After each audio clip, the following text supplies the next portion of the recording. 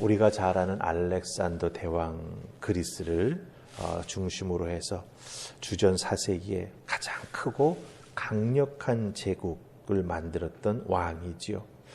우리가 잘 아는 대로 이 알렉산더 대왕은 31살에 요절합니다.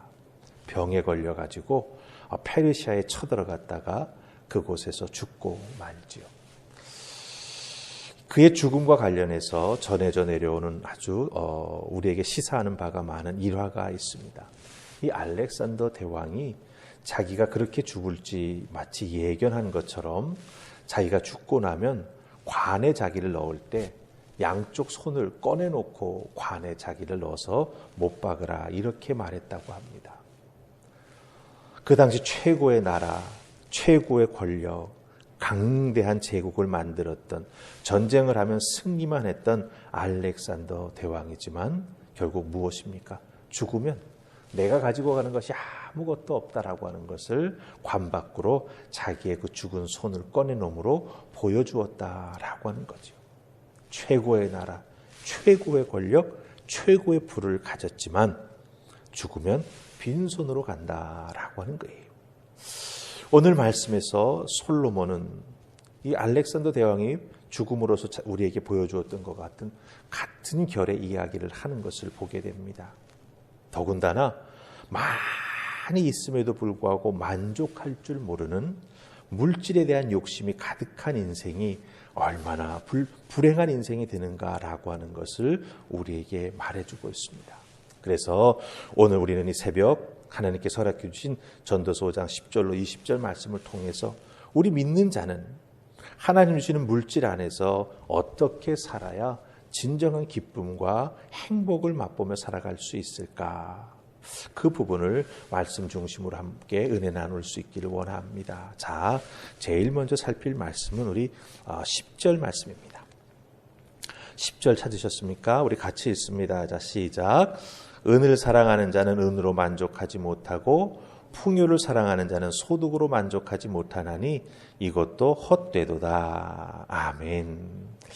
자, 10절 말씀 보면은 만족하지 못한다라고 하는 표현이 2번 나옵니다. 은이 많이 있어도 만족하지 못하고 풍요로워도 풍요를 사랑하는 자는 그 자기가 얻는 소득 가지고도 만족하지 못한다. 이렇게 말합니다. 근데 이 10절 말씀을 잘 보면 이 은과 풍요, 이 표현이 평행해서 대조를 이루는 구조를 가지고 있는 것을 보게 됩니다. 은이 있으면 사실은 풍요로운 거죠. 은이 있으면 소득이 많아지는 거죠. 하지만 만족하지 못하고 만족하지 아니하게 된다. 이렇게 말하는 것을 보게 되죠. 여러분, 은은 셀 수 있습니다. 그렇지 않습니까? 내가 몇 개를 가지고 있는지 세볼 수가 있지요. 하지만 풍요는 셀 수가 없습니다. 근데 분명한 것은요, 은은 하나가 아니라 더 많이 있어야 풍요로워지고 행복해집니다. 셀 수 없을 만큼 많아야 사실은 만족하게 되는 거죠. 그런데 많아지면 많아질수록 어떻게 됩니까? 우리의 욕심이 발동을 해가지고 거기에 만족하지 못하게 되니 결국은 자기는 돈이 더 필요하다, 재산이 더 필요하다는 생각을 가지고 강박관념에 걸려서 살아가게 되는 인생이 된다라고 하는 것이죠.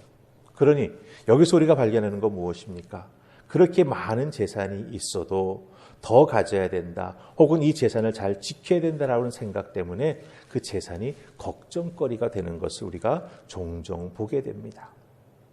드라마의 단골 소재가 되기도 하지만 돈이 많게 되면 어떻게 됩니까? 결국은 자녀들 간에 서로 싸우게 되고 누가 더 많은 유산을 가질 것인가 치열한 경쟁이 벌어지는 것을 우리가 보게 된다라고 하는 것이죠.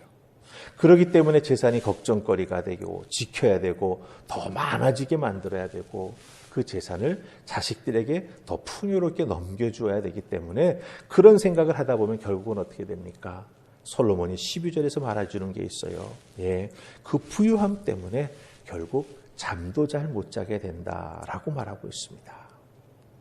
여기서 우리가 무엇을 발견합니까? 재물과 풍요에 대한 우리 인간의 욕망은 한이 없다라고 하는 거죠. 객관적으로 셀 수 있는 돈이 많아도 자기 자신이 만족하지 못하면 결국 그 인생은 부자가 아니라는 생각을 하게 되는 거죠. 난 더 부자가 되어야 해. 이런 생각, 이런 강박에 사로잡히게 되면서 어떻게 됩니까? 결국 자기 인생에 만족하지 못하고 나는 부족하다라고 느끼면서 불행한 삶을 살아가게 된다라고 하는 것이죠. 이것이 물질이 가지고 있는 어두운 속성입니다. 네. 그 어두운 속성에 우리 인간이 사로잡히게 되면 사실 믿는 자든지 믿지 않는 자든지 그것 때문에 어렵고 힘들어지는 것을 우리가 많이 보게 된다라고 하는 것이죠.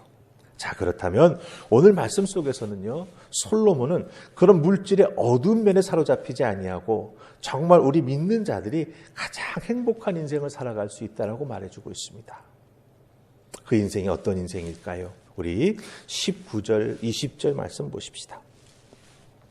19절, 20절 같이 읽습니다. 자, 시작. 또한 어떤 사람에게든지 하나님이 재물과 풍요를 그에게 주사 능히 누리게 하시며 제 몫을 받아 수고함으로 즐거워하게 하신 것은 하나님의 선물이라.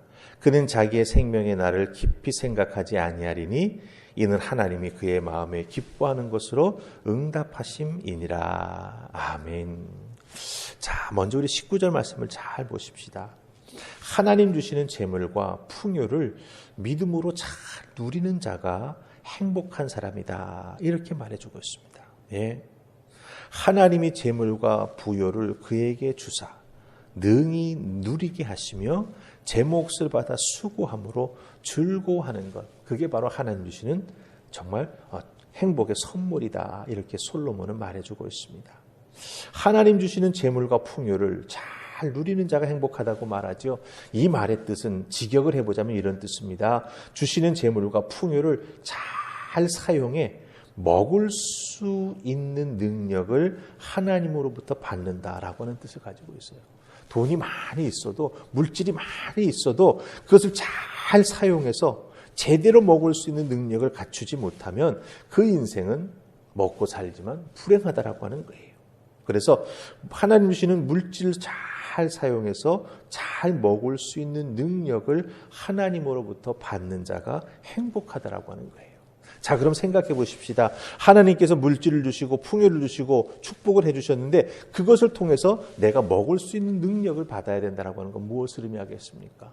내가 그 물질을 어떻게 사용할 것인가? 그것을 믿음의 눈으로 발견하고 믿음의 길로 걸어가면서 그것을 행할 때 우리는 거기에서 물질은 이렇게 사용해야 복 받는구나. 물질은 이렇게 사용해야 정말 더 많은 물질이 나를 따라오는구나. 물질을 주님을 위해서 이렇게 사용할 때 하나님께서 복의 복을 더하여 주시는구나라고 하는 걸 깨달아 알게 되죠. 그 원리를 붙잡고 그것을 사용해 나아갈 때 우리는 정말 이 땅에서 풍요롭게 먹을 수 있는 능력을 갖게 되는 것이고 또한 그것을 자기만 먹고 누리는 것이 아니라 다른 사람들에게도 나누어 줄 수 있는 그런 축복의 통로로 쓰임받는 놀라운 은혜를 누리게 된다라고 하는 것이죠. 그렇기 때문에 하나님 주시는 풍요와 재물을 잘 사용하고 거기에서 삶을 살아가는 믿음의 원리를 정확히 깨달아 알게 될 때 그것이 정말 즐겁고 복된 삶을 살아가는 방법이 된다라고 하는 거예요. 근데 이것마저도 하나님이 주신다라고 말합니다. 그래서 선물이라고 표현하고 있지요. 그렇기 때문에 우리는 이 선물을 잘 받기 위해, 즉 물질을 하나님으로부터 축복으로 받는 것 못지않게 이 주신 물질의 축복을 사용하는 것도 하나님으로부터 방법을 받아야 복된 인생이 될 수 있다라고 하는 것입니다. 언젠가 텔레비에 그 션이라고 하는 힙합 가수가 나와서 자기가 그 많은 곳에 도네이션, 돈을 이렇게 기부하고 어려운 사람들 돕는 이야기를 쭉 하는 걸 보았습니다.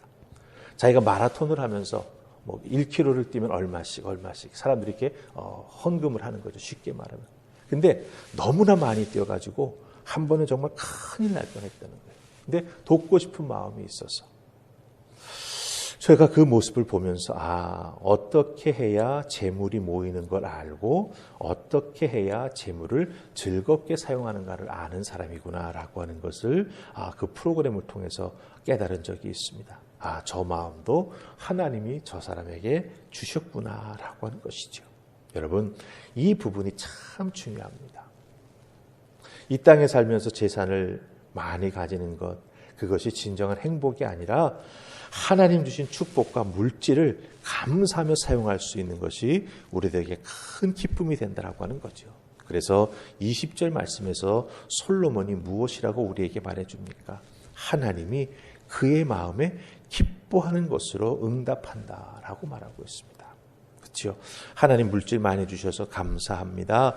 이 물질 잘 사용할 수 있도록 도와주십시오라고 기도할 때 하나님께서는 그 물질을 잘 사용할 수 있도록 길도 열어주셔서 그 마음에 더 큰 기쁨을 허락해 주신다라고 하는 것입니다. 자, 오늘 말씀 다시 한번 잘 생각해 보십시다. 물질에 집착하면 물질은 우리에게 독이 됩니다. 그 독이 즉시 효과를 나타낼 수도 있지만 많은 경우 서서히 나타나서 우리의 영혼을 병들게 만들기도 하지요. 또 우리들의 자녀를 병들게 만들기도 합니다.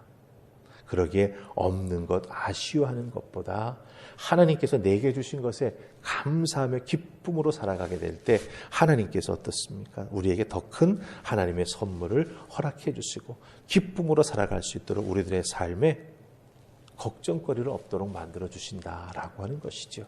그러니 이제부터는 우리들이 믿음의 자세를, 물질에 대한 믿음의 자세를 참 바르게 정해야 될 것 같습니다.